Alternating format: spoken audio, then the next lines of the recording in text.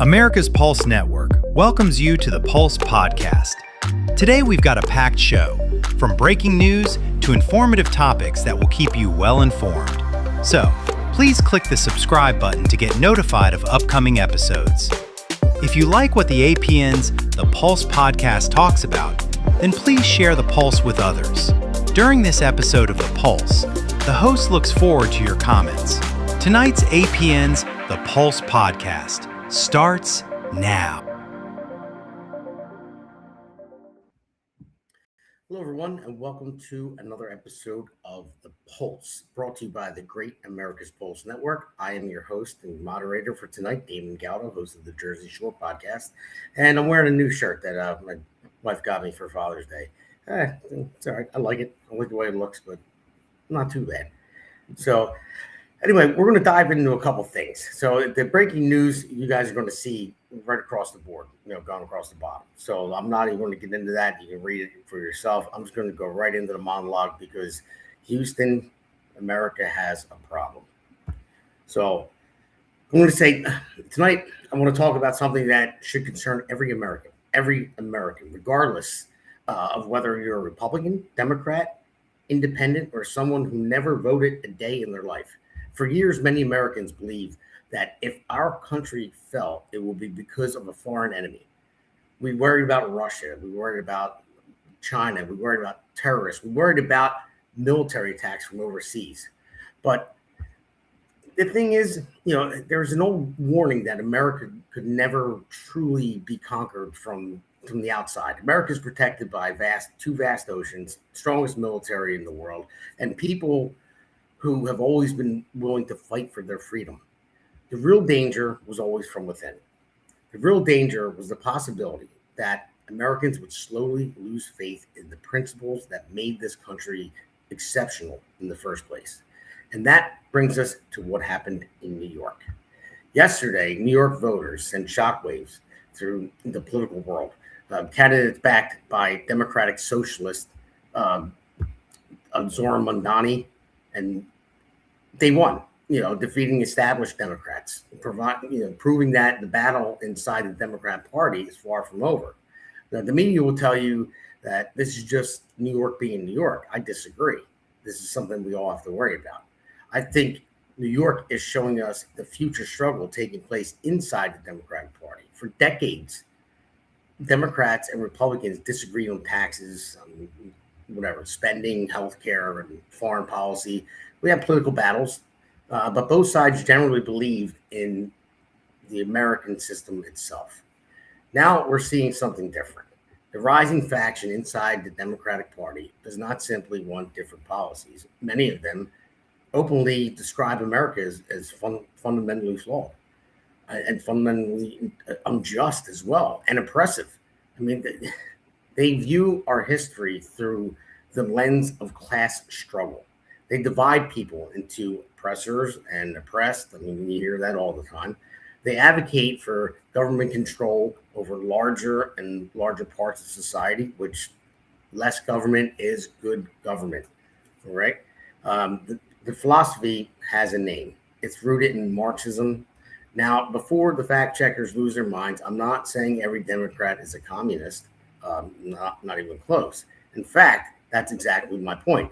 The biggest target of this movement isn't Republicans.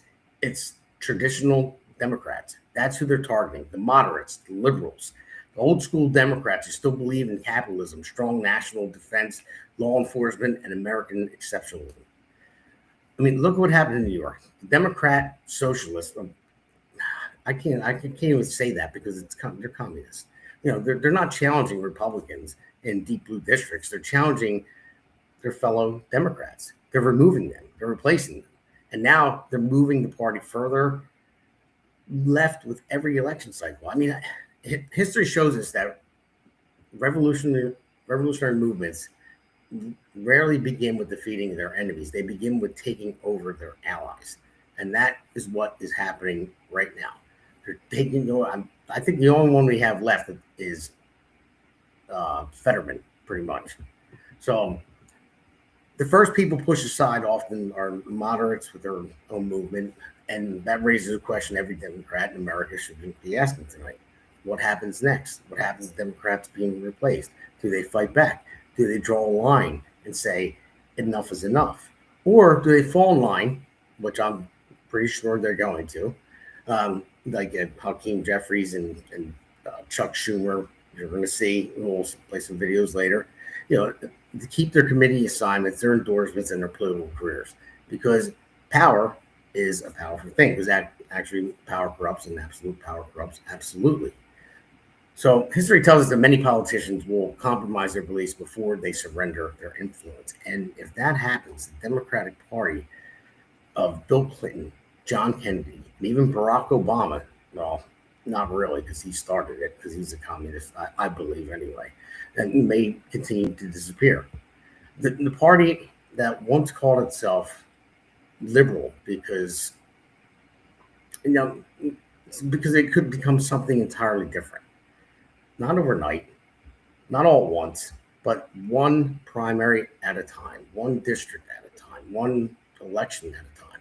I mean, the question for the rest of America is whether this movement remains confined to places like New York, or whether it spreads to states like New Jersey, where I'm from, Pennsylvania, Michigan, and beyond. Because what starts in New York often finds its way into the national conversation. And that's the debate we should be having. Now, whether Republicans can defeat Democrats, maybe.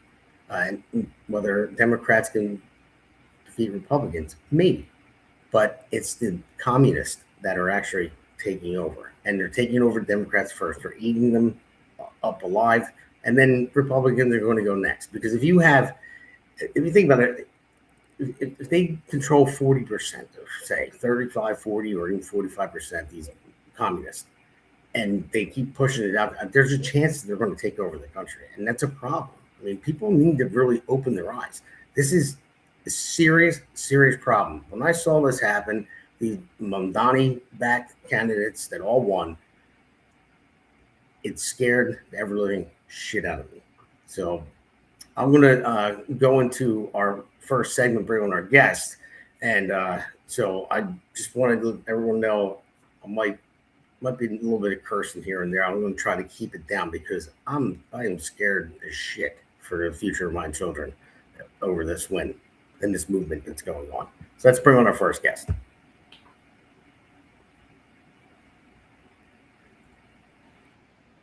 Here's Mamdani. Seth Eisenberg, conservative corner.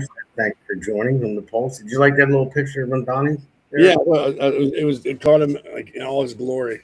And it got his good side too, so I'm sure he's happy. I'll mail him a picture of it. You should ask for an autograph. Dear comrade. So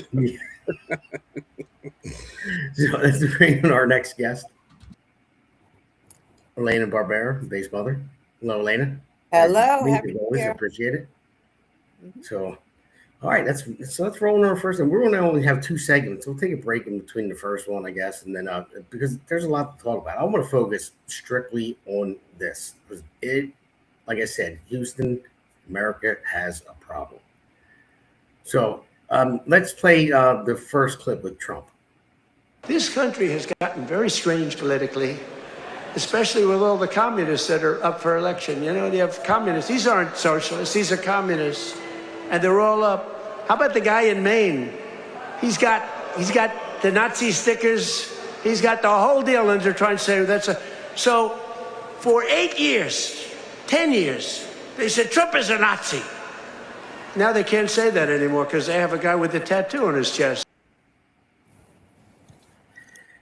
Well, there you go. I mean, Elana, ladies first. So what do you think? I mean, we'll get into New York in a moment, but I just want to talk about what you talking about Graham Plattner. This guy, Nazi tattoo on his chest. Everything that came out about this guy. I mean, over and over again, the scandals that he had, and they still elected him. They don't care. It's like vote blue no matter who. They don't care. So what are your thoughts on that? Well, I mean, I echo your sentiments that it's scary, but I'm not too afraid. I mean, I'm scary because I think that getting over this and getting through this is gonna end up being bloody. That's the scary part. I don't believe that America is always going to be be destroyed fully the way Venezuela was. But part of the Communist Manifesto is written by Marx is very clear that the revolution includes violence. So we've already seen some of this violence coming to pass in the way that they're now framing political violence as virtuous and as a good thing. We're seeing people die. We're seeing them attack police officers and attack ICE officers. So we're going to have to get through a really tough time as this continues to grow. And we've been very patient for years as Americans with it. And I actually hope that our patience runs out sooner rather than later before they can destroy this country any more than it already has been. Yeah. All right. And then before I do, Seth, I just want to start bringing up that Communist Manifesto, like a portion of the time. I'll just read it, quite a few of them off. And so this is the Congressional Record Appendix. This is from January 10th, 1963. It's an extension of remarks on it's like the Communist Manifesto that Congress brought onto the floor, and they said this is how they plan on destroying America from within. So let's go to the next slide real quick. So I mean that I'm only highlighted a couple of them, or our great producer did. I didn't do it. He highlighted them for me, but because there's a ton of them, there's 50. So, but permit free trade between all nations, regardless of communist affiliation, regardless of whether or not items could be used for war. Provide American aid to all nations, regardless of communist domination. So I'll just go, let's do one more slide, Seth, and I'll go to you because there's a couple of them. So promote the UN as the only hope for mankind. If its charter is rewritten, demand that it be set up as one world government, and they've been pushing one world government for a long time. So let's skip the rest of that. Resist any attempt to outlaw the Communist Party, which we did a long time ago. We're not doing it now. Capture one or both political parties in the United States. We pretty much know which party is captured right now. It's the Democrats. Use technical decisions of the courts to weaken basic American institutions by claiming their activities violate civil rights. I think we've seen that with deporting people. They're violating their civil rights. You can't deport them. And so many judges are getting involved in stopping it, blocking it. Your senator in Maryland, Seth, who was involved in that. They'll get control of the schools. Use them as transmission belts for socialism and current communist propaganda. Soften the curriculum. We see that happening today. Yes. Now, mind you, everybody that's listening, and you can like and subscribe, and you can comment too. I just want to let you know. But this was in 1963. It's a long game. So then gain control of all student newspapers. Use student riots to foment public protests against programs or organizations which are under communist attack. And then the next one on this slide is infiltrate the press. I think we've seen that. Get control of book review assignments, editorial writing, and policy making decisions. So, all right. So I'll leave it there for the slide now. Go ahead, Seth. What do you think? Isn't all this happening right now? Yeah, it's been happening for a while. And I think all they really got to do, they can get rid of all those 50 points and just make 1 point, control public education. That's all they got to do, because that's who eventually grows up and runs the country. So if you can catch them in school, you pretty much don't need to worry about anything else. They'll do it for you. That's why I know Elana is. I'm a big order homeschool. Get them out of the public school. Pull them out of that factory that teaches them absolutely nothing. I remember way back, World War I, World War II, we used to go out, find communists, and kill them. Now we elect them to public office. I don't think that the country will ever fall, like Elana was saying. I think we're going to go through some pretty rough times to make sure that doesn't happen. I think there's going to be a lot of bloodshed, unfortunately, because that's how they're pushing it. It's not what we want. It's what they want. We can only react to what they do. And if they push it in that direction, we have to oblige them. And I hope I'm wrong. I hope Elena's wrong. I hope this is just a fad, like hula hoops and short and like long poodle skirts. Hope all of it's a fad and it goes away, but I don't think it is. Every year it gets more and more prevalent, and more morons support it. It's nothing wrong with it. Well, you were around during the hippie era. I mean, like you were like probably like 30 or 40, back then, right? So that blew over. So hopefully this does too. Well, no, they're still hippies, but they're not what they used to be.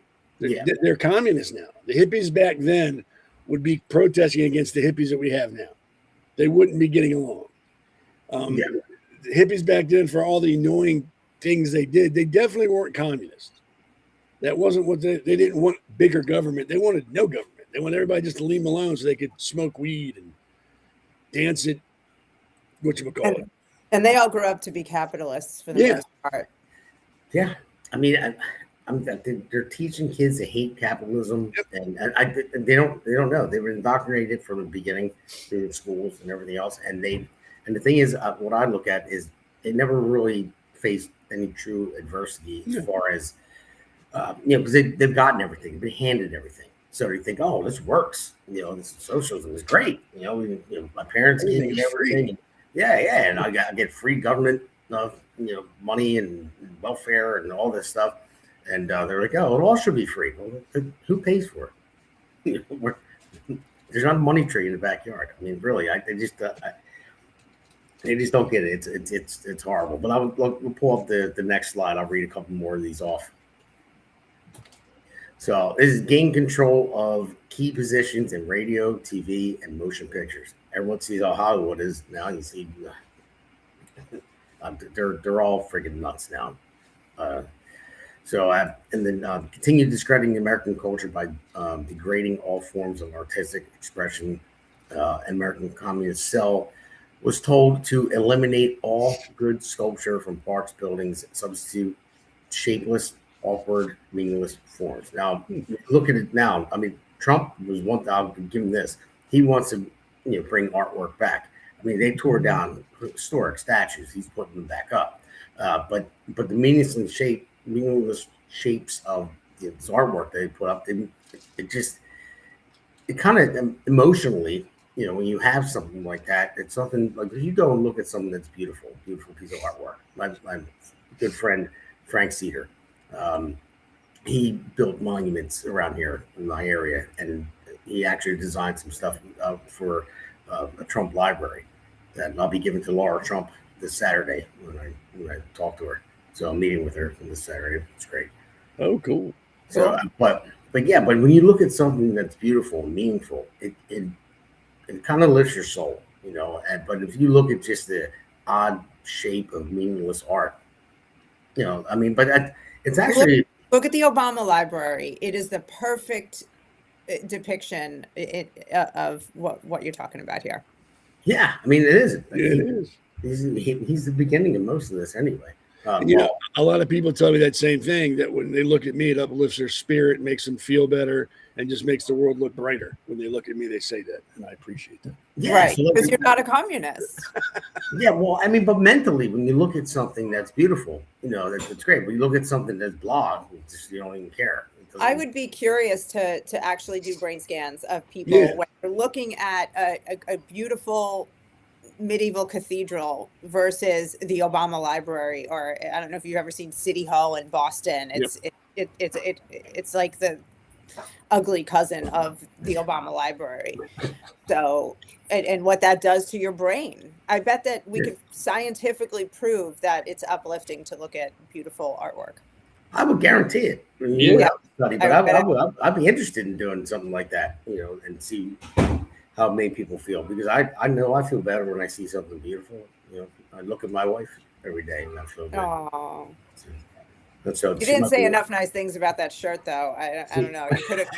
I like the shirt, but no, I do. I like. Could have faked it a little better. I told her I wear it on the podcast. I'm like, fine, but no, I actually asked her to order for me, but I don't think this was the right one. I think it looks good on screen. But It does. Yeah. It but does. yeah. So, but she's probably watching right now, so I was trying to get some brownie points. So I usually make fun of her. But so we'll go to the let's see. Well, I'll just skip to like 24. Eliminate all laws governing obscenity by calling them censorship and a violation of free speech and free press. Break down. Whoa. Can we pause on that one? Again, you want Dan to go over? Yeah, sure. Eliminate all laws governing obscenity. So this is right in line with all of the sexualization of children that we are seeing, all of the naked pride dancing and the shaking their junk in front of children. They want full-blown obscenity at all times, in all places, without restriction, and it's a normalization of pedophilia, and to see it in writing here as part of their goals is actually really important for people who care about protecting children's innocence and people who care about just protecting a decent, classy society, and a godly society, which we have come so far from. And everything you say you've seen so far is anti-God. And I laughed when you said that the UN, positioned the UN as the savior of all mankind, or whatever the language was. It was something like that. Yeah, and one I world laughed, government. like, these are godless goblins who are pushing for all these things, and here we see it again. Well, yeah, here, I'll just read the next two real quick, Seth, and we can take over from there. I mean, the next two is that present homosexuality, degeneracy, and sorry, it's a little small on my screen, and promiscuity as normal, natural, and healthy. And then what was the other one that I break? I skipped one on accident. Break down cultural standards of morality by promoting pornography and obscenity in books, magazines, motion pictures, radio, and TV. So that's just two of them, but that followed the last one that later was talking about. So, I mean, you can't argue with it. It's all happening. I mean, nobody can turn around and say, no, this is not true. This is all fiction. It's happening. The sad part is most people see it and just don't care. They just go, well, it doesn't bother me. It's not affecting me, so I'm not concerned about it. I'm not an historian by any stretch, but I do know looking at this, there are definite parallels to the fall of Rome. I mean, one of the big reasons Rome fell is because it lost its national identity. It allowed everybody to become a Roman for any reason. So they lost their sense of nationality. They lost their art. They lost their own history. They started to allow degeneracy to happen with no issue. It could happen anywhere, and they fell because of that. I think those were like the top 10 reasons for the fall of Rome. And you got to remember, we're only 250 years old. We're the new kids on the block. Most other countries in the world have gone through 3 or 4 revolutions. They've changed their entire nation 2 or 3 times. We've done it once. One time. And did it the right way. Yeah, and we're due for, unfortunately, a revolution. One side standing up and saying this is enough. We're not doing this anymore. It's inevitable. It's going to happen. And unfortunately, the more you try to fight change, the more violent it will become when it happens. Like what Elana said, it's going to be violent because we're rather than hitting it head on right now, we're just ignoring it. No, it's not happening. It's not happening. Yeah. And when we realize it, it's going to be like, holy crap. It'll be like getting hit in the head with a baseball. It's like, damn, I should have seen this coming. Well, you did, and you chose to ignore it. Now it's at your doorstep. Now you either act or it takes you over. Yeah. No, you're right. I mean, I'll read all the rest of these, and there's one more slide, I believe, for this afterwards. But it says, they just moved it. Well, anyway, the other one said infiltrate churches. Yep. It said go after Christian beliefs, and all happening. Infiltrate churches and replace revealed religion with social religion, discredit the Bible, and emphasize the need for intellectual maturity, which does not need a religious church, eliminate prayer or any phase of religious expression in the schools on the ground that it violates the principle of separation of church and state, discredit the American Constitution by calling it inadequate, old-fashioned, out of step with modern needs, and hindrance to cooperation between nations and on a worldwide basis. So that's that. I mean, they're eliminating church and prayer from schools. They're trying to stop that. I mean, everything. It's all happening right now. It's actually uncanny, you know. Yeah. And I found out about this a few years ago when Ben Carson mentioned it in an interview. He just said, "I'll refer you to January 10th, 1963." In an interview, and I'm like, "What the hell is he talking about?" I'm thinking Kennedy assassination. I'm like, no, it wasn't in January. So I'm Googling it. I'm trying to find it, and I finally found it. I'm like, wow, like this is actually what's going on. This is yeah. So I'm just going to pull up this next slide real quick, and I'll go to you, Elana. So this is belittle all forms of American culture and discourage the teaching of American history on the ground that it was only a minor part of the big picture. Give more emphasis to Russian history. Well, this is the Russian Communist Manifesto, but infiltrate and gain control of more unions. Now, this is one that actually you're going to see in one of the clips I play later. Infiltrate and gain control of more unions. Now, I'm in the carpenters union. Now, this is a different union. They're talking about government unions, teachers unions. So we'll see a clip on that later. We'll get in touch with it. And then to transfer some of the powers of arrest from the police to social agencies. How many times they say they want to defund the police and have social workers, out there? I mean, it's right there. Dominate the psychiatric profession and use mental health laws as a means of gaining coercive control over those who oppose communist goals. Discredit the family as an institution. Encourage promiscuity and easy divorce. Now, I mean, wow. I mean, a lot of that is. I mean, emphasize the need to raise children away from the negative influence of parents. I mean, attribute. This is happening. It's happening in full force. It is an absolute effort to isolate each one of us from the people who love us the most, so they can take us into the cult. It's happening.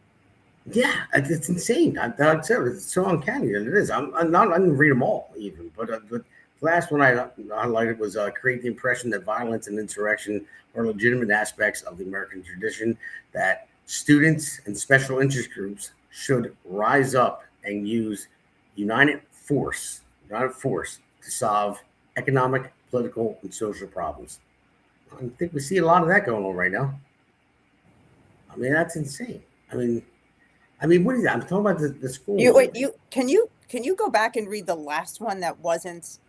Oh, that number 43. I could read it. Overthrow all colonial governments before native populations are ready for self-government. So before we the people get together and decide that we're going to take control of our country, make sure to overthrow the government. So we're all just disparate and completely divided and easy to conquer. That's another thing that we are living through as we speak. Yeah. And that's a warning flag for us to get ready for self-government, or we will be overtaken. Oh, no one's overtaken me, I'll tell you that. And good luck. I know. Good luck with us, but we can come up to New Jersey, and then it's close enough to Maryland. I think we'll all hunker down somewhere and start to viva the revolution. So yeah, I really hope it doesn't come to that. No, I don't. If it does, I hope it happens in the next couple of years, because I really don't want to be an old lady in the middle of a civil war. I don't want to be like 80 dealing with this shit. Well, you're like, how old are you now? 25, I think you're right. Yeah.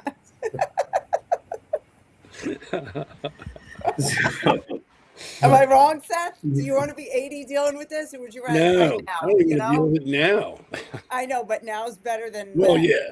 Now I'd rather do it now than when I'm, like you said, when I'm 80. I just wish people would wake up. And we had a 20% turnout in the primary here from Republicans. 20%. I'm just wake up and vote. How about that? Let's do it the regular way, and the right way, so it doesn't come to that. But I don't know. Yeah, we just had our elections yesterday here. Man, I don't think the turnout was like, oh my God, look at that.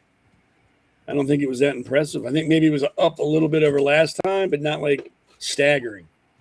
Well, I heard Tim Eisenberg won his primary. Yes, he did. Congratulations, Tim. Good man. Yay. Congratulations. But all right, so listen, we're going to take a mid-break. We're going to stay in the same segment, and we're going to play some clips. And then it's only a 2-segment episode because there's a lot to talk about this stuff because it's getting a little hairy.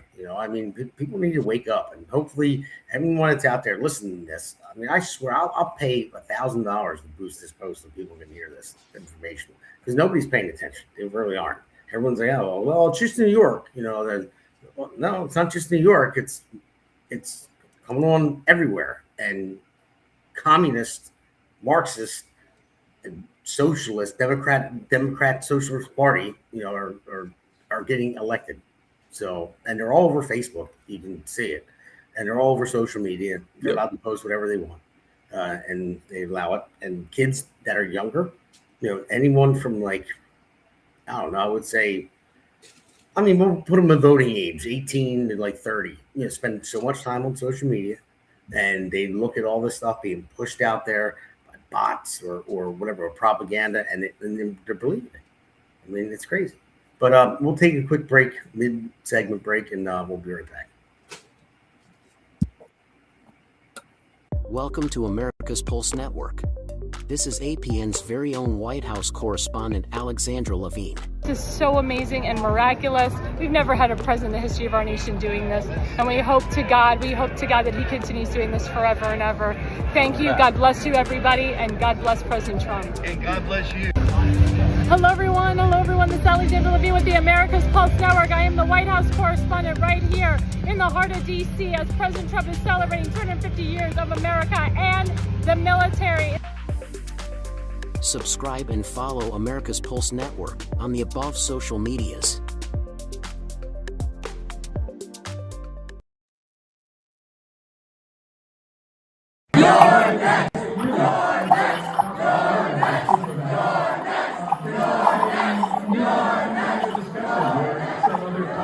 Is that you're next? Yep. Okay. They're saying you're next because they're the communists that are going after even the far left Democrats. They're talking about Hakeem Jeffries there, saying you're next. So I mean, if they want to get rid of Hakeem Jeffries, who's horrible to begin with, and He's not left enough. Yeah. No, I mean, he's not communist enough, I guess. I don't know. I mean, I figured he was pretty left. I mean, that guy is pretty stupid. But my question is, and I asked you, Seth, what do you think they're going to do? I mentioned Chuck Schumer and Hakeem Jeffries earlier. They are far left, and they go where the wind blows, pretty much, to stay in power. Do you think they're going to bow down to? Yep. When I say what I'm about to say, I'm speaking in generalities. I'm not speaking about every single Democrat there is on the planet. I'm not. Most Democrat men are spineless jellyfish. They don't stand up for anything. Like you said, wherever the political winds blow is where they're going to go. If all of a sudden everybody said we need to outlaw chocolate ice cream, they'd be the first ones in line going, yep, we have to get rid of the scourge of chocolate ice cream. It is destroying the fabric of this country. We can no longer stand by and let it happen. 2 minutes later, we're off chocolate. Now we want strawberry. Strawberry ice cream is the scourge of this country. We have to stop it from spreading. They don't have a backbone. So yes, they're going to fold. They're going to buy stock in knee pad companies and make them billionaires. They're going to drop down. If they think they can get votes for it, they will go with it. It's that simple. And if you're a Democrat and you're watching this, prove me wrong. Change my mind. Name one Democrat in the last 10 years that's got a backbone, that's got a spine. Other than Fetterman, who actually goes with common sense. Still not 100% sold on him, but at least he stands up and goes, that's wrong or that's wrong. So I'll give him respect for that. But other than him, what Democrat has ever stood up and said, this is wrong?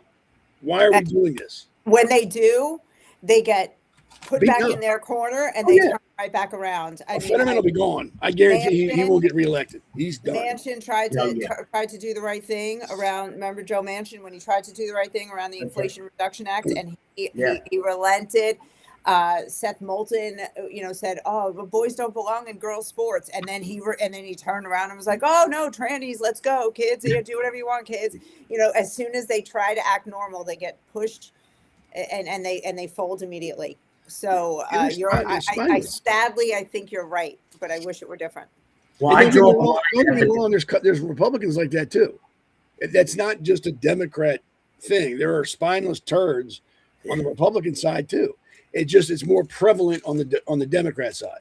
That's like a requirement to be a Democratic, politician. Do you have a spine? No. You're our man.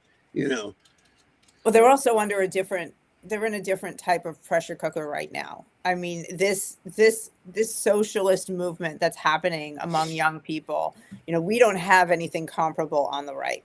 No. And, the Republicans are also Republicans. They disagree on, policy, this or that. But for the most part, they agree on things. And this socialist movement that's come out of the colleges, which they're raising up out of the kindergartens now on purpose, is something like we have not seen. And they've taken over the Democrat Party, and they placated to them in the beginning so that they could get the votes. And now the little monster that they created is growing up very, very fast and is coming to eat them.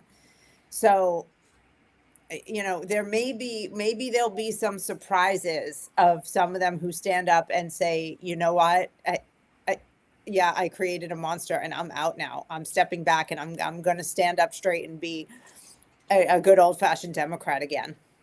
And in the hopes of maybe garnering some independent or Republican votes that, what is that? Homeschooling. Yeah. That is the only answer there. They're going to try to garner some Republican votes who were disenfranchised with the right for some reason. There may be a few of them who end up standing beside Fetterman. I hope so. That'd be nice. Yeah. I mean, a lot of people want him to become a Republican, but I prefer him to stay a Democrat, so maybe he can make sense out of that party, because it's not the Democrat Party anymore. It's not. It like I said, they're Marxist, socialist, communist. That's what they are. They're eating their own right now. These younger people coming up. But Seth, I draw the line at vanilla ice cream. They ever try to ban vanilla ice cream? So, no, they can get rid of vanilla. I don't like that. What? I don't like vanilla. Chocolate. That's where you start. Chocolate and up is good. Vanilla is just blah. But all right, well, we got a bunch of clips to play. So let's roll this next clip about the New York. We know anything's possible with a great team. I'm Brad Lander, and I'll block billionaires from buying our elections. I'm Maria Elisa Avila Chevalier, and I'll defend New York by abolishing ICE. I'm Claire Valdez, and I'll stand up against bad landlords and greedy corporations. Get out and vote. This is the team. This is... I can't stand his smirk and his swarmy fucking face, I swear to God. But so that was a commercial, but these are the candidates that won. So let's play the next clip of I just can't stand his face. That smile. Punch it. I know. I can't either, but you make me smile with your anger. Yeah. My anger doesn't make people smile. But it's like, come on, I can't stand it. I got you. It's like, oh, that smug little grin. Yeah. Yeah. What's that movie? Step Brothers? There's something about your face. I just want to. Oh yeah. Well, I don't know. I just want to punch it. Well, I'll try to change my face. I don't think it's gonna help. Yeah. Oh, I play that on my podcast, by the way, every once in a while. The punchable face segment. That's funny. Just want to punch your face. I just want to land one right here on your face. Right in your suck hole. Just yeah, that's right. Right, let's play this next one. Came to my politics of socialism, of democratic socialism, through a race lens, right? I was doing a lot of reading of the Black radical tradition. I was doing a lot of organizing around ending mass incarceration, around immigration justice. I, was part of BYP 100, Black Youth Project 100, Families for Freedom, doing immigration justice organizing, and a number of other organizations around racial justice and economic justice. And my research, my doctoral research, is around a lot of these issues. And for me, racial justice and economic justice have always been inextricable. And that is how I came to. Wow, she is actually more annoying than Zohran Mamdani. Oh, there's more to come. So if anybody who wants to take that clip, go ahead, have at it. No. No. It's like the blind leading the blind. It's like when my dad was in high school, he had like the Chinese fire drills. Everybody gets out of the car and runs to the other side of the car and gets in. It's like controlled chaos. It's like watching these two. It's like, and I can't. It's like watching a monkey trying to F a football. It's like, what the hell is going on here? Can we get rid of her face? Yeah. Well, you're going to see her again in the next clip. Yeah, I know, but I won't leave it up there too long. That phrase, yes. I still believe that all deportations are wrong. Even if we're talking about illegal entry to the country or someone who may have committed a crime? So when we're talking about things like illegal entry, we're actually talking about administrative laws, right? We're not talking about criminal law. And we really need to have an understanding of what it is that we are doing when we say that people who are non-citizens, who have a different status based on where they were born, why they should endure an additional form of punishment when they have already gone through the criminal system. What did she even just say? I'm not even touching that. She didn't say anything. Yeah, she said she doesn't believe in any deportation whatsoever. Doesn't matter if they committed a crime. And she said, well, if they crossed the border illegally, that's an administrative crime. But he was asking a question about if they were committed felonies, and she said no, they still shouldn't deport them. They've suffered enough if they've committed a crime through the criminal system, so then they should get to stay. Okay. Yeah. All right. They want to abolish. I mean, these candidates are insane. They want to abolish ICE. Well, a lot of the left does anyway. But they want to abolish the police. They want to abolish jails. No prisons whatsoever. They want open borders and flow of immigration. They're fucking retarded. Well, she's wrong because it says crossing the U.S. border without legal authorization is a federal criminal act. Under Title 8 of the United States Code, the act of crossing the border illegally carries both criminal and civil penalties. So she's an idiot right off the bat. But she's a PhD, Seth. What do you know? Yeah. Well, I got a BFD. So what is it? I believe she went to Columbia. There you go. There you go. Doesn't Columbia make records and tapes? Can you get like 10 of them for a penny or some crap like that? Yeah. That's the good Columbia, I think. Records, tapes, and communists. I'm probably on some some wanted list for them. I don't know how many times I got tapes from them when I was a kid for a penny, and never bought another damn one after that. But I think there's one more clip of her. I think there is. If not, So many connections between what was happening to Palestinians there in Palestine and what was happening to so many communities across the U.S., particularly Black and Latino communities who have been priced out and pushed out of our homes. When we talk about displacement in the West Bank or in Gaza, it is a very visually similar situation where people who have been in a place for generations are being displaced because of corporate interests, because of folks who are coming in, claiming the land and buying it up and kicking the people who live there out. And I've seen a lot of similarities, not just in the way things are done, but also in the very institutions that are enacting that violence. The tear gas that was being dropped on Palestinians in Gaza in 2014 was the same tear gas that was being dropped on Black protesters in Ferguson in 2014. And that memory, that summer for me, was incredibly formative because it showed me that connection is not only one that is like, but it is the very same. These people are comparing themselves to Gazans. Yes. Like living in America is the equivalent of living in Gaza. Yes.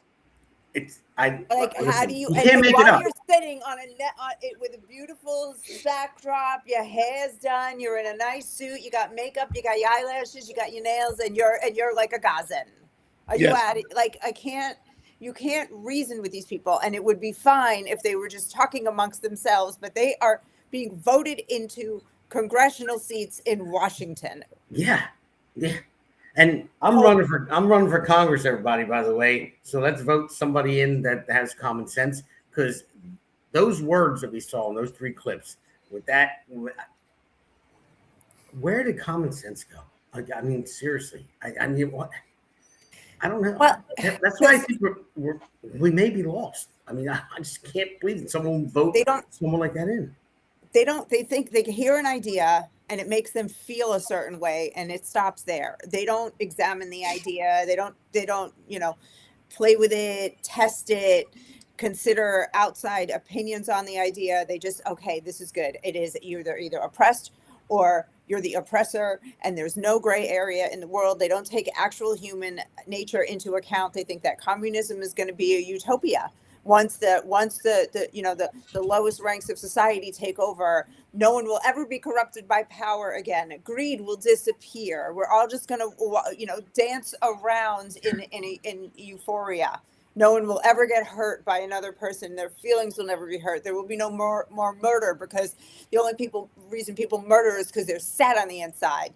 It's a complete lack of understanding of humanity and of history and of what really works, and the fact that capitalism was the great leveling ground and the only economic system where people actually ever had a chance. And I'm just, so anyway, that's why. So Donald said, guys, women are always right. So I just wanted to put that up there.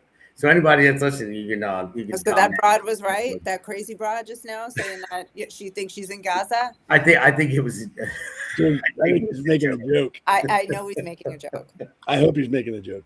Donald's a smart dude. It's a joke. I trust him. Yeah. But what everybody and I'll go back to the Gaza thing. What everybody seems to realize, or not realize, whether it's willfully or because they're ignorant, is Gaza invaded Israel on October 7th and killed and raped men, women, and children. And then thought just because they left the country and went, okay, we're done, everything should stop. That's not how it works in the real world. So what's going on now is Israel's making sure they're doing something the rest of the world should have done years ago. They're destroying Hamas. We should have done that decades ago. We shouldn't have been allowed to fester this long. So they're hunting and killing terrorists. Now, when you hunt and kill, when you fight terrorists, number one, they're cowards. They don't wear uniforms to identify themselves as combatants. They don't have operating bases where you can go, hey, that's where they're at. Let's go attack that and get rid of them. What they like to do, like most cowards and terrorists, they hide in schools and hospitals and in communities, and they base their attacks from there. So if you're hunting them, you have to go to where they're at, and that would be the schools, the hospitals, and the communities. And unfortunately, these cowards use civilians as shields. Yeah. There's no really easy way to put this, but if you're a terrorist and you're hiding behind a human being, they're still going to shoot you because you are the scum of the earth. And you've just proved to the guy trying to get you that you're scum. You're hiding behind a human being as a shield. They're going to kill you. Unfortunately, like in every war, there is collateral damage. It's inevitable. But if you look at Gaza and every other war in history, Gaza is by far the most controlled tactical war there's been. I think they've only killed 77,000 civilians. And with that number, they don't differentiate combatants and non-combatants. They throw them all together. So we don't know how many combatants have been killed and how many non-combatants have been killed. We just know there's 77 or 78,000 people total killed. There was that many people killed in a month in World War II.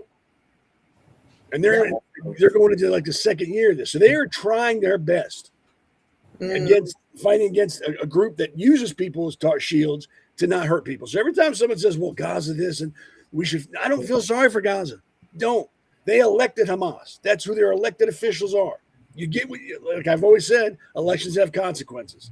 And as far as like being in America as being in Gaza, I have never heard a more asinine statement in my entire life. That's like the morons who say, hey, like Delaney Hall, that's like a concentration camp in Nazi Germany. No, it's not. It's not even close to a concentration camp. They're not even in the same zip code as how far apart they are. These people, Democrats, communists, and socialists, use keywords to elicit emotional responses. And when they get this response they want, they build on it, and then people go, oh, my God, this is such a great person. They're so concerned about human beings and everybody's rights. We have to get them in power. They don't. They just know what words to use to get you to think that and then to vote. And then once they get in the office, things change. Oh, you know what? We really can't tax all the rich people. So what we're going to do is something different. It's a shell game. You get me in office, I'm going to do this. And once they get there, they realize they can't. So they change everything up. These people just make me want to vomit. I just can't understand how anybody can listen to her talk and agree with anything she said. Yeah, and what about when you look at that? She was talking about God. What about bless you? So, what about the 40,000 people that the Iran regime just killed their own citizens in like 2 weeks? Nobody cares about that because it's not Jews doing it. If that were Israel killing their own people, it'd be front page news every day of the week. But it's Iran, so it's okay. We shouldn't be in Iran. We need to leave them alone. Why are we fighting in Iran? And I'm telling you, and mark your calendar. This is what, and it's a little off subject, but it makes sense. The whole thing with Israel is by design. Iran is continually blaming Israel for the breaking of the ceasefire to further put a wedge between us and Israel, the U.S. and Israel. We're their biggest ally. And if they can drive a wedge in far enough, they're going to get to a point where they're like, you know what? I think we can attack Israel now. America won't do anything. And once they attack Israel, they're going to foothold the Middle East again, and then it's going to spread. This is not on accident. This is on purpose by communists, socialists, and Iranians. They are doing this on purpose to drive a wedge into the biggest allegiance ally that we have. And once that's gone, I'm telling you, mark my words, all hell will break loose almost instantaneously. If they know they can get Israel with no repercussions, we're done, because it's not going to stop there. It's going to go straight from there. And these communists don't care because they think if they talk good about them, they'll spare me. If I support Iran, they're going to be nice to me when they get here. No, they're not. I was letting them go. They're being used. They're being used. The communists are being used, and they're too stupid to realize it. So anyway, I want to see. Mern just joined too. She said sorry that she was late again. Story of her life, but I will forgive you, Mern, because you said I'm wearing a nice shirt. I appreciate it. So we're going to take a quick break, and we'll go into the second segment, and it'll be the last one because we're still going to be talking about the same things. So. Hey, it's great to be on with you. This is a great podcast. It's a lot of fun, and it's informative, and it's real information. It's none of the frills and none of the nonsense that you hear on the legacy media. Just telling the story of what's happening right now. It's what I do with my newsletter that I get out to anybody who wants to see it. It's what you're doing with this podcast. America needs to know what the real deal is, and you're the real deal. You're goddamn right I am, Congressman Van Drew. Thank you. Appreciate it. So, but Seth, you got another comment there. Your beard looks great from Lady Mern. Well, thank you. You can be late whenever you want to be late now. So we're just moving on to the second segment and pull up the title now. It's pretty much the same thing. We're just going to keep going into it. We'll play the next clip that we have here. I mean, these people are insane. This is communist America. That's what it is. So that's where we're heading, people. So let's roll the next clip. With Dan Goldman at Poetica Cafe yesterday. What do you think about what transpired? Do you think it's a kind of okay way for someone to express political disagreements or his views on Israel? I have many a political disagreement with Congressman Goldman when it comes to his votes and his views on Israel. I think that what we saw online. So Seth, I would go to you because you're Jewish, but you just talked for a while. So I'm going to go to Elana on this one. What do you think about that? I mean, imagine if a Christian couldn't go in there. Imagine if a Muslim was banned from. Well, a Christian would be okay. Imagine a Muslim was banned from a cafe. They banned, Goldman, the candidate, from a cafe because he supported Israel. Now, I don't care if he supported Hamas. He shouldn't be banned from a cafe. Now, I wouldn't care if he did, but I'm saying he still shouldn't be banned from the cafe. Banned from the cafe. I mean, yeah, this is I stand on both sides of this. Like, I of course think that we should all have free speech and be able to say whatever we want. But I also feel like as a private business owner, I should kind of have the right to serve who I want to serve. Yeah, I mean, and there's, somebody just misbehaved in some other way that wasn't political, but they didn't break any laws. Could I just say, get out of here? You're not welcome. I feel like I could, and I should be able to, and I shouldn't be forced to serve somebody who makes my skin crawl or upsets my other customers, or who I just find, to be that's what, evil. Yeah, that's why I showed that video, because I want to bring it back to the guy that made the cakes. That he denied making the cake for a gay wedding. Yeah. Said he can't do it for religious reasons. He wouldn't do it. He was all over the news. His business was attacked like crazy. It was nonstop. Now he's allowed to, and you're right what you said. You can deny service to anybody you want. I mean, that was a religious basis. That was a little different. Yeah. Yeah, but it's like, if I don't want somebody that that hanging outside my establishment, leaving the door, get out of here, or tries to come in and beg for money. No, get out. You're banned. Can't come in here anymore. You can ban anybody from your establishment and refuse to service the people. But I'm just looking the contrast of it. So Seth, what do you think? Remember that guy got slammed? I mean, he took him to court, I believe. I never understood why a business owner would turn away business. I don't understand that. You're a cash business. You're there to make sales and make money. Why would you want to limit your clientele? I've never understood that. Right. For somebody that's not making trouble. Yeah. You're Jewish. Get out of here. I wouldn't care if his money's green. Right. That they're stupid to do it. But they have the right. It's a dumb decision, but it's his right. It's his business. And if he wants to cut off a stream of revenue, I think that's kind of dumb.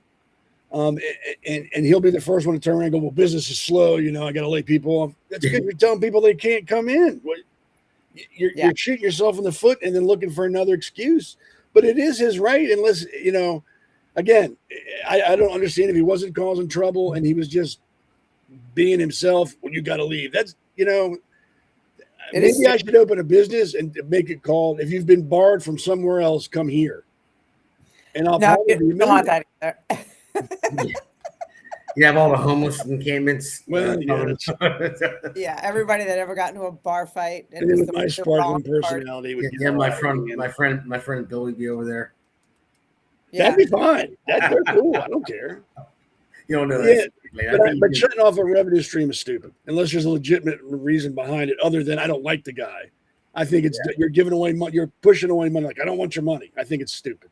And not only do I not want your money, now that it's publicized, I don't want the money of anybody else who agrees with you, because they're not going to come either. And that's what you're saying. Yeah, it is. I couldn't agree with you more that it's stupid, but it's his right. Yeah, it's his right. I mean, if he wants to go out of business, hey, dude, it's. So, all right. So here we go. We got another communist gem that was just elected in New York. Here she comes. Let's play the next clip. Oh, so is it to free Palestine? Are we ready to abolish ICE? Yeah. Are we ready to win Medicare for all, housing for all, and unions for all? Woo. I'll start with the last line, unions for all. That's why I mentioned that in the monologue earlier with the unions, because that was part of, well, that wasn't a monologue. It was when we were going through that Communist Manifesto. It said take control of unions, and they have. They've taken control of not my union, not trades unions, because we're self-sustaining with the our thing, but any government-funded union like the NJEA, the teachers union, and all that stuff. They took control of that, and that's why I want to point that out. But then she says abolish ICE. You're going to see more stuff that she says that you just want to smack her off the stage in a little bit, but just can't believe she got elected. So Elaine, Seth, I'll go to you. What do you think about abolishing ICE? She can't. It's a federal agency. She has no say in it. I think only the act of a president could abolish that department. No, you just can't go. We don't want them. I mean, you can.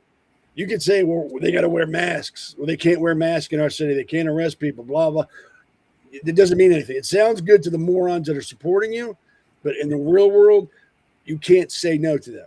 Because if you deny the federal agency access to your state, city, or county, they'll just cut off funding to you, and they'll see who blinks first. And I guarantee you, it'll be the city, state, or county that blinks. So, and they're enforcing the law.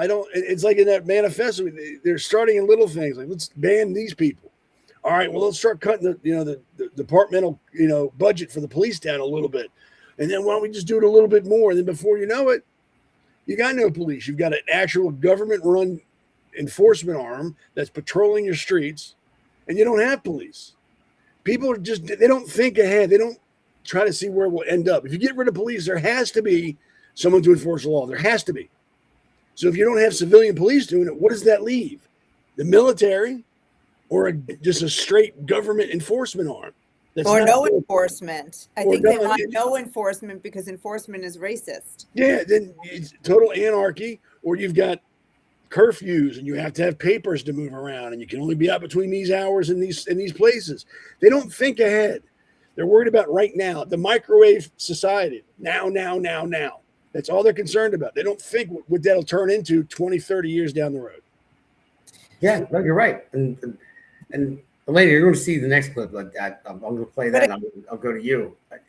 She wants to abolish everything. But you can't. Can I just speak to ICE? I mean, ICE was created by an act of Congress, so why couldn't it be abolished? I mean, legally, it probably could be, and that's what's if there are enough of them in there. Well, the president could override that. So while he's in, as an while he's executive order. Yeah. While he's in. Well, while we have a normal president. Well. Normal. I mean, listen, I'm telling you right now, an AOC presidency is looking closer and closer and closer with these.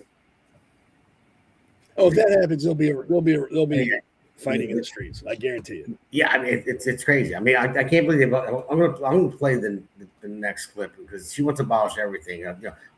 Police, ICE, jails. She wants no prisons whatsoever. So if you were to kill somebody or whatever. No, you don't go to jail. It's because she believes that prisons are too harsh and don't, rehabilitate people.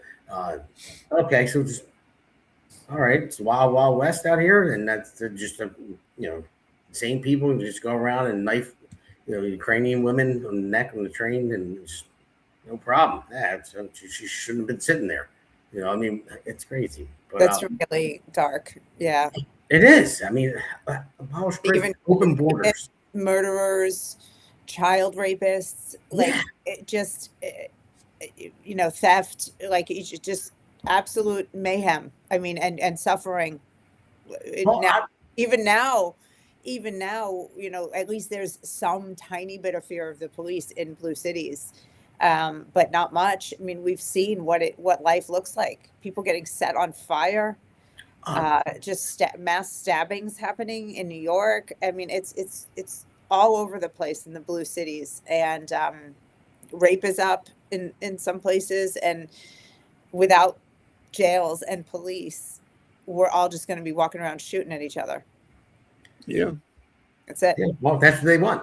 That was in there. But we have more guns than them, so it's so freaking stupid. I was about to say, yeah, they would be. That's true. Look, I got you guys to smile. It's not going to end well for them. No, it won't. No. But let's roll the next clip of this. Here to throw trans people or trans kids under the bus for some presumed electoral advantage. I think the people who do that are absolute cowards and are betraying the entire working class when they do it. And we've seen Democratic, politicians think that they can, trade trans people away for, a bigger share of, I don't even know what electorate they're trying to win back when they do that. What the labor movement teaches us is that we are all in this together. We're only as strong as we are when we stand together. And Sean Fain talks about this quite a bit, like when you're on the line, when you're on the shop floor, you do not care what the person next to you looks like, what their gender is, which bathroom they use. They are your coworker, and you are organizing together against the boss. And that's absolutely the mindset that we all have to have in this moment. Our solidarity is exactly where we derive our against the boss. Yeah, against the boss. Well, I mean, I was going to say, can we put that in reverse in slow motion, and it would make more sense of what the hell she just said. Against the boss. The boss hires you. I mean, the people that create companies, like I work for a company. I'm in the union. I don't go against my boss. I mean, unless it's something egregious and tell me to go out on a 100-foot beam, up in the air with no harness on or something like that. I'm like, yeah, no, I'm not doing that. But you would never do that. But against the boss, it's because they don't want to work. That's the thing. They don't want to work. Their boss, their goal was to unite against the boss, not to unite to accomplish a mission together with a good leader in front of us and the opportunity to be able to work and earn a living. No, go against the boss. Yeah, I know. It's crazy. It's like for me, for my job, I build commercial buildings, as most people know that's watching. I am a commodity for my company. I need to make them money. I need to work hard. I need to make sure the building is built on time, safely, and actually makes money. It's profitable. So that's the whole point. That's why they keep me employed. These people, they don't want to work. They want to go against the boss. Oh, he has too much money. He has more money than I do. Yeah, because sorry, I said I want to curse a little bit, but I'll leave this one out. I was about to, but because he created a company. Like he built it ground up, and he's employing people and creating jobs. That's capitalism. I mean, seriously, they're so jealous, dumb. I'm just sorry. I had to get it out of me. That was too hard. But they're so dumb. It's like I don't know what they think. Like they don't. They don't. They feel. They only feel. And they have the emotional intelligence of toddlers. They're jealous. They are 30 years old and still saying, how come you got more French fries than I did at McDonald's? It's true. You've seen children say that when you split the French fries between them, but he's got more than me, and you have to count them out. That's literally what we're dealing with in full-blown adults. Yeah, my kids do it. So, yes, I do. Yeah, that's good. That's a good analogy. I'm 54. I do it. I'll fight my son. I'll fight him in the parking lot. You got 2 more French fries than we can eat them. That's it. It's on. At least you fight for it. Well, yeah. At least I step into it. I work for it. That's true. Yeah, that's true. Okay. No, but if we're not careful, I'm telling you, we're going to be a third world country within the next 15, 20 years. Yes. It'll happen that fast if we're not careful. Look at how far we've fallen in the past 10. Oh, yeah. Oh, look at Europe. It's only been, what, 5 or 6 years in Europe? And look at them. Yeah. Hasn't even been a decade, and they're falling apart. So we got to be careful. Like I've always said, vote for the most conservative candidate running for any position in your area. Always. Because if you start getting these, backdoor communists in or backdoor socialists, you're in trouble. You're in trouble. Yeah. Yeah, they're all hurt because they're not making as much money as the person that created a company. Like Elon Musk, he's worth $1 trillion now. Well, he doesn't have $1 trillion in his bank account. Yeah. He's created so many companies that's what they're worth. And didn't he make like 2,000 millionaires the minute he became a trillionaire or something like that? Yeah. Some crazy amount of people. And employees, I forget the number of people he employs. It's like 100,000 at least. Something like janitors and cafeteria workers became millionaires overnight. Yeah. Yeah. So, he's bad.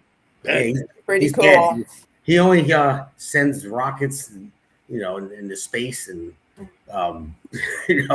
rescues people who are stranded on space stations. It's like, who cares? I can't do that, so I'm not jealous. But the funny thing is, there's no reason any of these morons that are preaching against him can't do the same thing.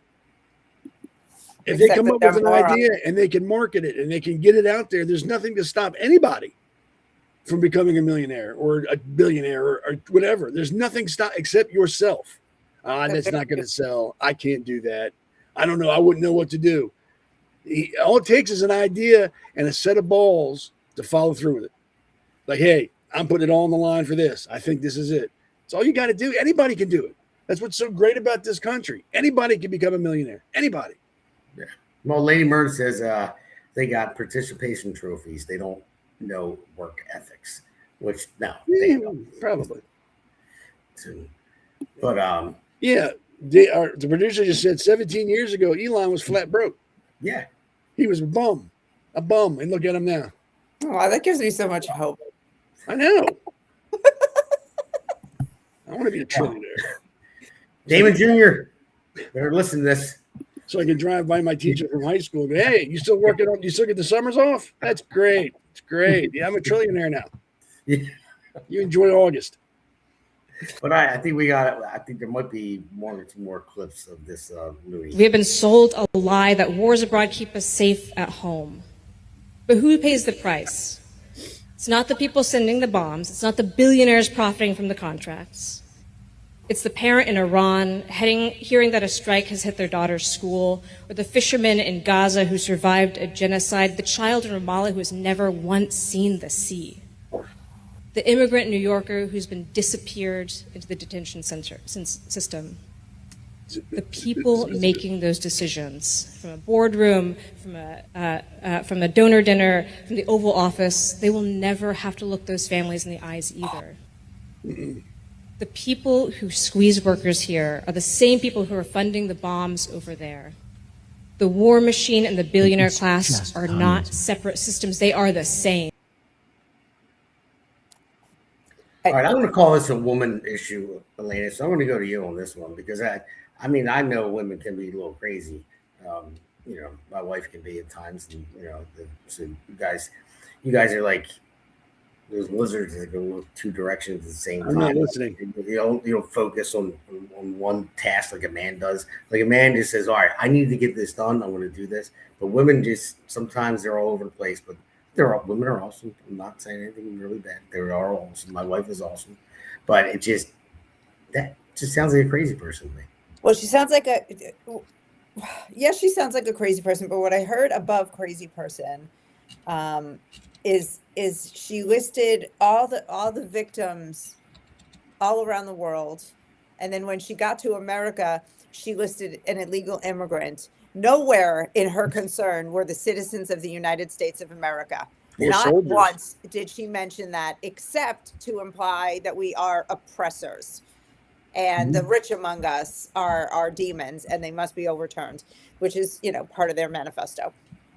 So that is really all I heard was a hateful, anti-American, trying to destroy the West and trying to make people hate the West along with her.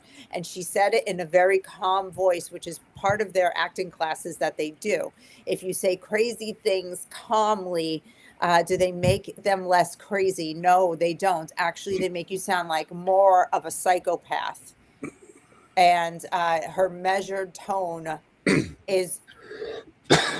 makes me wish you had that clip, something about your face just makes me want to punch it. I don't know what it is. So I know. So Seth, I would say to her, see you next Tuesday. It's it's like listening to the devil twist scripture. It does that same thing to me. I know I'm hearing evil. I know I'm hearing hatred. And again, just, because the way you said it calmly, actually, it's almost worse than when you're screaming. Yeah. No, that's right. And she didn't mention members of the military from the U.S. that get killed overseas. No, we're not even on her list. Not even to say we're on the bottom of her list. We're not even on her list of people that matter. The delusion.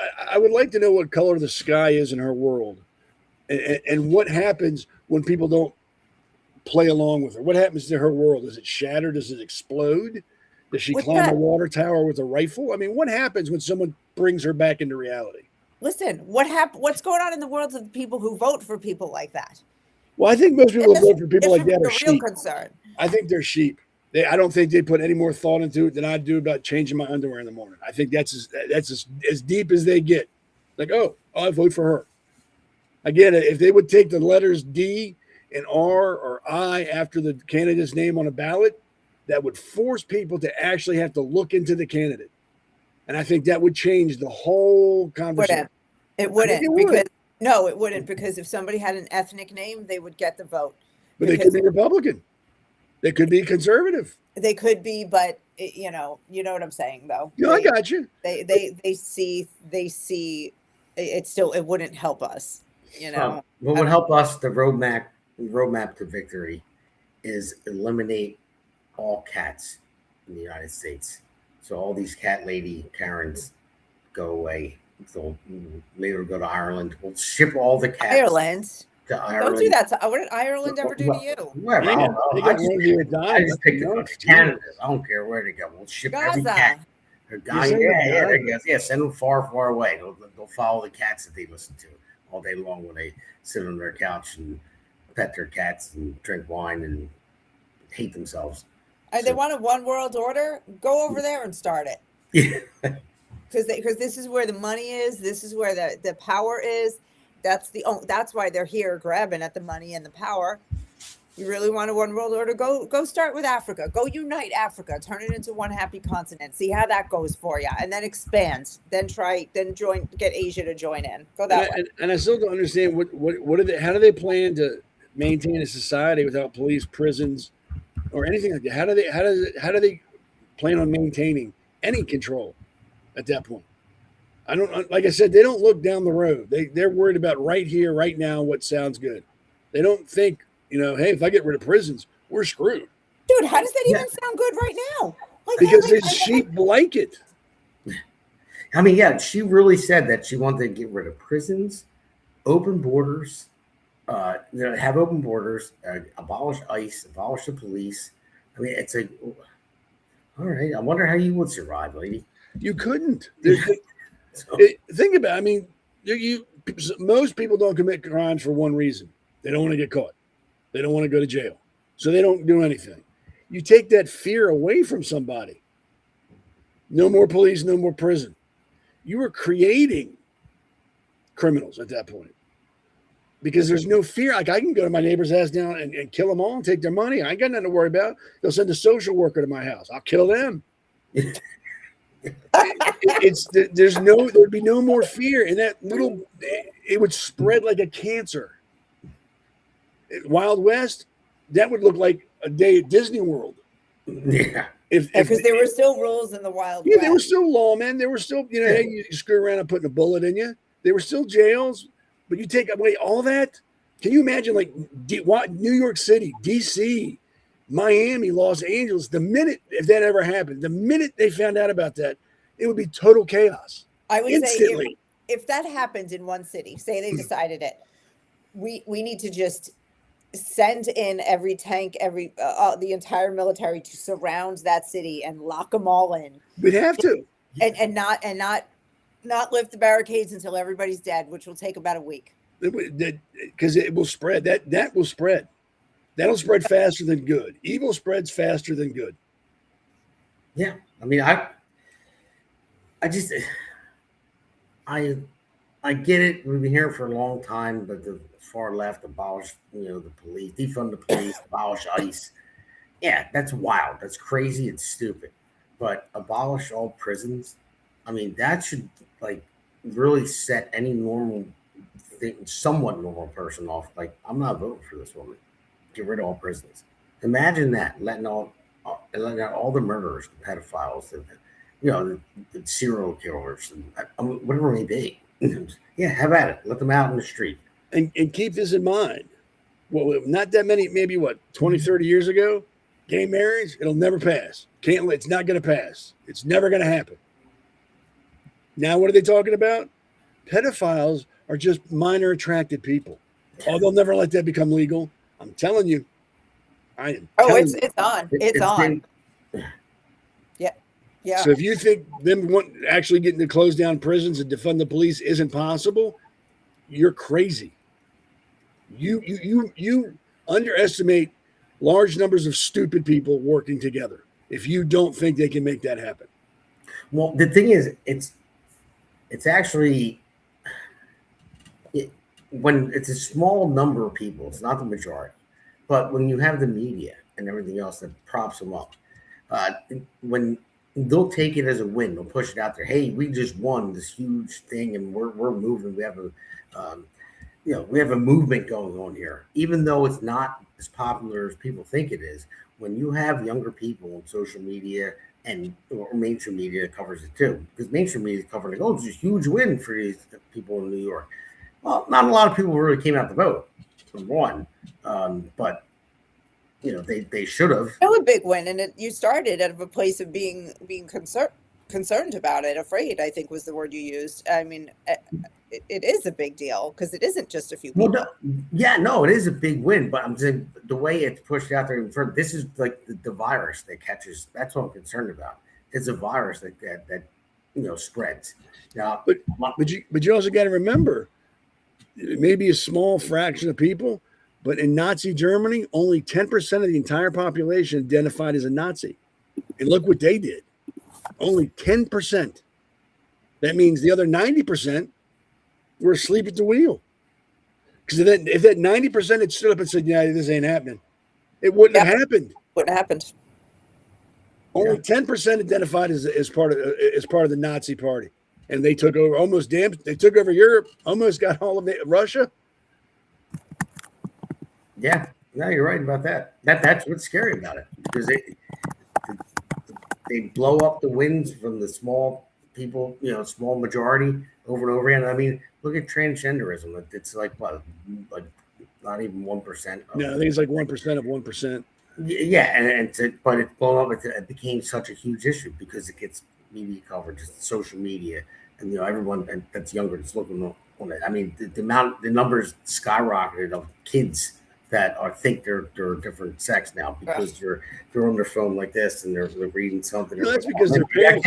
That's because their parents want to be their friends. They don't want to be parents. Yeah. Well, so if little Johnny goes, I feel like Jenny, mom and dad go, "Ooh, we're going to be so popular at the next PTA meeting. Let's do this." Yeah. So, but all right, guys, we're coming up on a wrap of this episode. So what I gave young Frank the Patriot of the Week award on Monday when Engels was on. Don't tell anybody, but I'm going to give the Engels next week. So he's probably watching now anyway. But I gave it to Frank and his mom. I went on there and she said, "Does he get a certificate?" So I said, "Sure." So I made him one. So I had to put it in the bottom right. "I always love my mama." Girl. So, but you should have put boobies somewhere on there. I thought about it. I really did. No, not sure. I did think about it for a second. At least you gave it some thought. Okay, I can live with that. You thought about it. Okay, that's great. So there's Frank. He's helping out a lot of campaigns around here. Young Frank, 15 years old, and he's knocking. Yeah, Frankie the Fixer. Yeah. And I wanted to say, for this whole conversation, we do have a tremendous problem with socialists, communists, infiltrating our government at every level. But when you bring up a young 15-year-old like Frank, who is a true conservative patriot, who's already involved, already making a difference, and there are more like him. So, these socialists, they may be getting their day in the sun, but, there are a lot of young people who look at that and say, "I want no part of it." True. And the people that are saying, "I want no part of it," really are the majority. And we have to remember that. And we have to pour into the young people and keep, staying on top of their conservative values and keep having conversations with them so that in the end, this doesn't have to get as ugly as, a true revolution. Because, again, none of us want that. Absolutely, you're right. And then you have Frank, you have Engels too. Another good guy. Yeah, he's. Yeah, I disagree with some stuff, but the dude is. They're both of them. I feel like they're smarter than me. I told you before when they reached out to me, and I was through my website, and I didn't know their age. So I said, "Oh, they want to join the campaign, help out." So I'm like, "All right, well, here's my number." Just email them. I have them both on the phone. They're talking. And they're like, "Yeah, we know we're a little young, but I said, "Well, how young are you?" 15. I literally said, "Get the F out of here." I was like, "Oh, I'm just cursing." But I was like, "No way." They sounded like they were, I don't know. they sound like they were the smartest people on earth. As they're talking to each other to me. I'm like, yeah, that sounds good. That sounds great. I'd love for you to. And when they told me their age, I said, no effing way. And yeah, turns out they are. So very smart dudes. Very smart dudes. So, but I'm just going to end with this and let you guys wrap it up. Vote DamonGaldo.com. So Galdo for Congress won the primary. I'm the Republican nominee for Congress in New Jersey's 1st congressional district. So everyone out there, we got to get Republicans out to vote. I don't just need Republicans. There's not enough. If every single Republican came out to vote, which is impossible, they're not going to. But if I get 60% or so, but even I got 100% to come out, not enough. There's not enough Republicans in this district. So there's way too many Democrats, but there is almost as many independents. So independents out there, listen, look up my website, check me out. Regular guy, union carpenter, construction manager, father of 2, husband, and trying to do something good. So, damn good looking man. Yeah. Unless when I look in the mirror, then it's different. So, you guys take it away. All right, that's it. Follow me at the Base Mother. Vote for Damon. I'm good. Have a good night, guys. Thanks for coming. Vote for Damon. Right there. You can find me on the Conservative Corner on Facebook, Conservative Seth on X, the Conservative Corner this Sunday. And before we go, Maryland had their elections yesterday, the primaries. Dan Cox won for the Republican nominee for governor. Already the Republican Party saying he can't win, we're going to lose. Please shut up. Vote for him. He's a Republican. He won the nominee. Vote for him. Stop talking about how he can't win. You're right, he can't win if you don't vote for him. And if you like who we have now, keep whining and crying like a 2-year-old that's upset because you can't stay up past your bedtime. Vote for him, support the man, get him in office, and then we'll go from there. But he can't win, or my guy didn't win, so I'm just going to stay home. You know what? Put your big boy pants on and vote for the Republican. He's a conservative. He knows his stuff. He's a smart man. Vote for him. I'm so just sick of defeatist Republicans. Sick of them. Yeah. All right. And one thing I almost forgot. On Friday, 8 p.m., we're having a fundraiser, virtual fundraiser with the candidates with Justin Murphy for U.S. Senate going up against Cory Booker, big, potato eyes, angry eyes. And and Justin Murphy, again, he's going up against Cory Booker, who has $22 million. I'm going up against Donald Norcross, who has $3 million in the district. I have $3. So not more than that, but no. But seriously, going up against them, it's an uphill battle, and it's sorry to say the money wins campaigns because you have to get your name out there. It's hard. I mean, Justin has to go up and down the state. I got to go through 3 counties. I have 572,000 voters that I got to get to. He has 6 million, that he has to get to. So we'll all be on the podcast. It'll be the Jersey Shore sponsored America's Pulse Network sponsored virtual fundraiser. It's out there on social media. The flyer, I'm going to repost it again on Friday. So, and there's QR codes on there. One is to get you on the Restream link, which is what we're on right now, actually.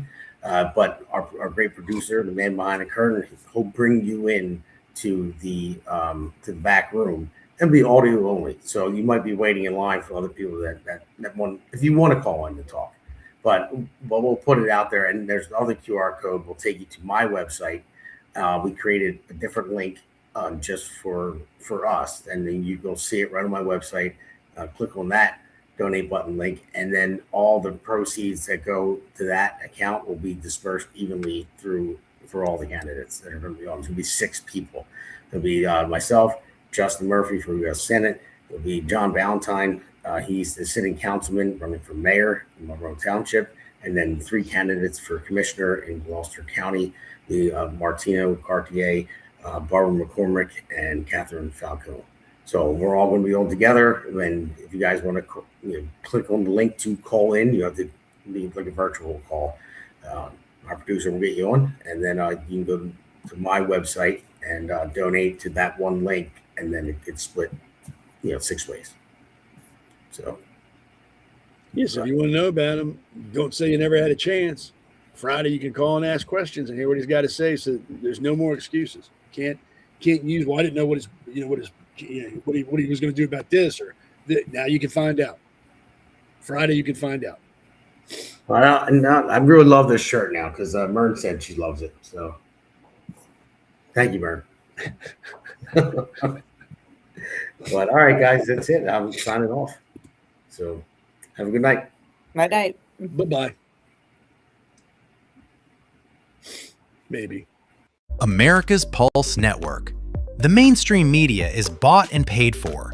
The truth is twisted to fit their agenda. But America is waking up.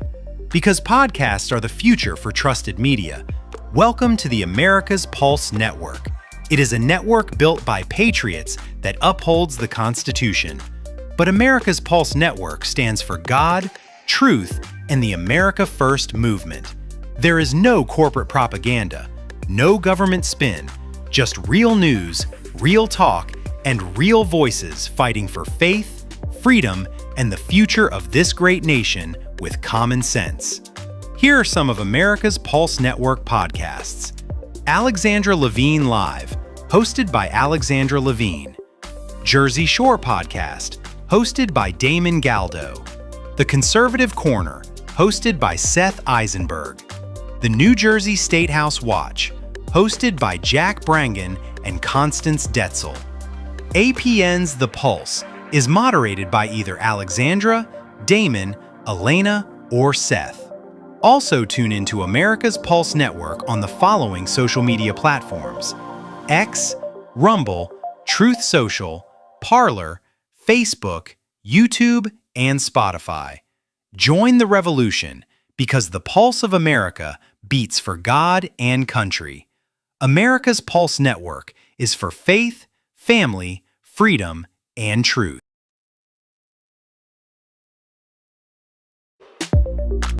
America's Pulse Network thanks you for watching tonight's episode of the Pulse Podcast.